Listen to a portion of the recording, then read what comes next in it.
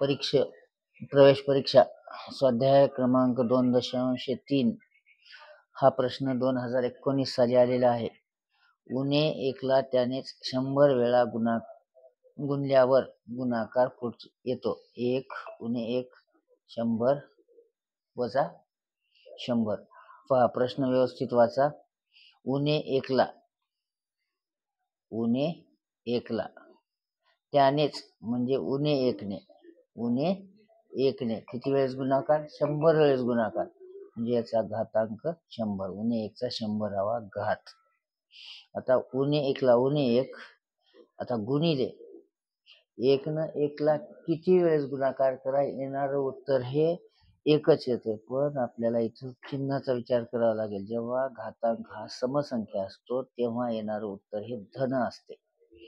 म्हणून उणे 1 गुणिले 1 बरोबर आहे उणे 1, म्हणजेच पर्याय क्रमांक बी. हा 2019 साली आलेला प्रश्न आहे.